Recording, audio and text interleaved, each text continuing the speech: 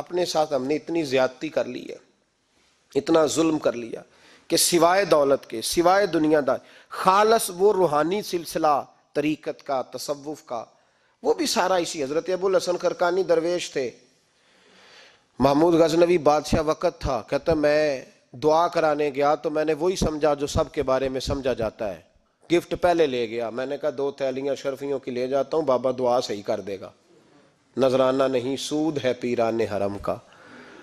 تو کہتے ہیں 2 اشرفیوں کی تھیلیاں پہلے لے گیا کہ رکھوں گا تو بابا میرے حق میں نرم ہو جائے گا۔ میں نے وہ اب ذہن یہ بنا کے گیا تھا، حضرت اب کیا کر رہے ہیں، جمعے کا دن تھا تو کچھ سالکین طریقت مریدین جھاڑو لگا رہے تھے، تو سر میں کھجلی ہوئی تو پگڑی اتار کے ایک مرید سے کہنے لگے دیکھ کہیں جمعے تو نہیں پڑ گئی؟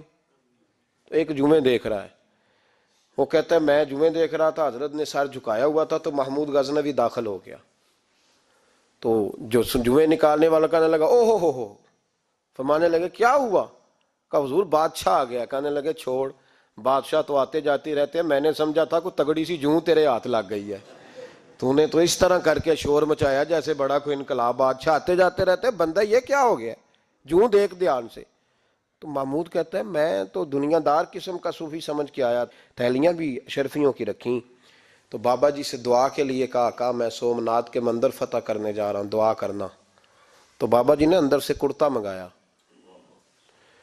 کہنے لگے یہ میں نے ابھی اتارا ہے کپڑے بدلنے کے لیے، جب بڑی مشکل پڑ گئی تو کرتا سامنے رکھ کے دعا مانگنا، اللہ اس کے وسیلے سے فتح عطا کر دے گا۔ جو مشکل ہوگی تیری تر دامنی پہ شیخ ہماری نہ جائیے، ہم دامن نہ چھوڑ دیں تو فرشتے وضو کریں۔ اور اقبال کہنے لگے نہ تیگ و تیر میں نہ لشکر و سپاہ میں ہے، جو بات مرد کلندر کی بارگاہ میں ہے۔ کو معمولی لوگ ہوتے ہیں، اقبال کہنے لگے ید بیضا لیے پھرتے ہیں اپنی آستینوں میں، انہوں نے بغل میں ہاتھ رکھا ہوا ہے، اگر کھول دیں تو اللہ اسی طرح برکات کا فیض عطا کر دے جو حضرت موسیٰ کے ید بیضا کو ملا ہوا۔ کو معمولی لوگ ہوتے ہیں، غبار آلود سمجھ کر حکارت سے نہ دیکھ ان کو، انہی کی ٹھوکروں سے سلطنت بنتی اور بگڑتی ہے۔ یہ تگڑے لوگ وہ علیحدہ بات ہے کہ جڑے محرم راز حقیقت دے وہ راز حقیقت کھول دے نہیں، یہ جنہ ویکھیا نہیں ہو کرن گلاں، جنہ ویکھ لیا ہو تے بول دے ہی نہیں۔ یہ بات علیحدہ ہے کہ وہ بیان کرنا پسند نہیں کرتے، پردوں میں چھپے رہتے ہیں، ورنہ تو اللہ نے بڑے اعزازات دیے ہوتے ہیں۔ تو محمود کہنے لگا کہ بابا جی نے دعا کی اللہ اگر اس کی نیت صحیح ہے تو اسے کامیابی عطا کرنا، اس کی مدد کرنا۔ مجھے کہنے لگے کچھ کھائے گا؟ میں نے کہا کھانا ہے۔ تو کہنے لگے بادشاہ کے لیے وہ کھانا لانا جو سویرے میں نے کھایا ہے۔ تو میں نے کہا پیروں کا لنگر ہوگا، چھوٹے گوشت کی یخنی میں انہوں نے روٹیاں بریک کر کے ڈالی ہوں گی، حضرت کی صحت ٹھیک نہیں رہتی، گھٹنوں میں درد ہے، تو میں تو یہ سمجھا تھا کہ کوئی دیسی گھی کی چوری آئے گی، لیکن ٹکڑا آیا ایک روٹی کا، آدھا خشک ٹکڑا اور پانی کا پیالہ۔ تو کہتے ہیں میں نے اس کو کاٹ کے نا دانتوں کے ساتھ، جب نگلنا چاہ تو یہاں اڑ گیا میرے گلے میں، کبھی اس طرح کا کھانا کھایا ہی نہیں تھا۔ تو کہتے ہیں حضرت نے دونوں شرفیوں کی تھیلیاں اٹھا کے میری طرف پھینکی، کہنے لگے جس طرح ہمارا کھانا تیرے گلے میں اڑ گیا، تیری دولت بھی ہمارے گلے میں اڑ جائے گی، اٹھ اور نکل، اللہ خیر کرے۔ کہتے میرے دل نے گواہی دی کہ یار یہ عام دنیا دار نہیں، یہ رب کریم کا بندہ ہے۔ کہتے ہیں اب جب میں پہلے انہوں نے کوئی لفٹ ہی نہیں کرائی جب گیا، اب جب میں جانے لگا نا اٹھ کے واپس، تو حضرت اٹھ کے میرا استقبال کیا، مجھے سواری تک چھوڑنے گئے۔ تو میں نے کہا حضور جب آیا تھا آپ نے منہ ہی نہیں لگایا، اور جب جانے لگا تو اتنا اعزاز۔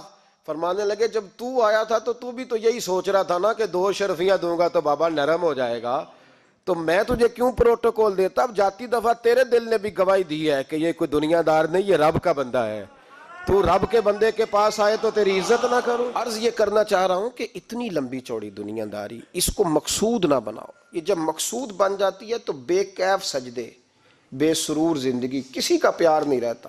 غریبوں کے بارے میں بھی لوگ تبصرہ کرتے ہیں، ہم سے نہیں غریب پالے جاتے، کمائے محنت کرے کھائے، پھر لوگ دھتکارتے ہیں۔ پھر لوگوں کے اندر سختی آتی ہے جب مقصود دولت ہوتی ہے، اور جب مقصود اللہ کی رضا ہوتی ہے پھر اللہ انسانوں کے دلوں کو نرمی عطا فرماتا ہے۔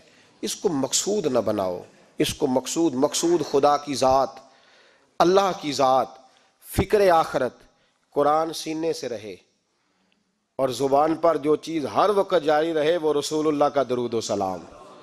باقی چیزوں کو مقصد نہ بنائیں، یہ دنیا مقصد بن گئی تو یہ زندگی کو کھڑا کر دے گی، جام کر دے گی، پھر آگے پیچھے کچھ نہیں ہوگا۔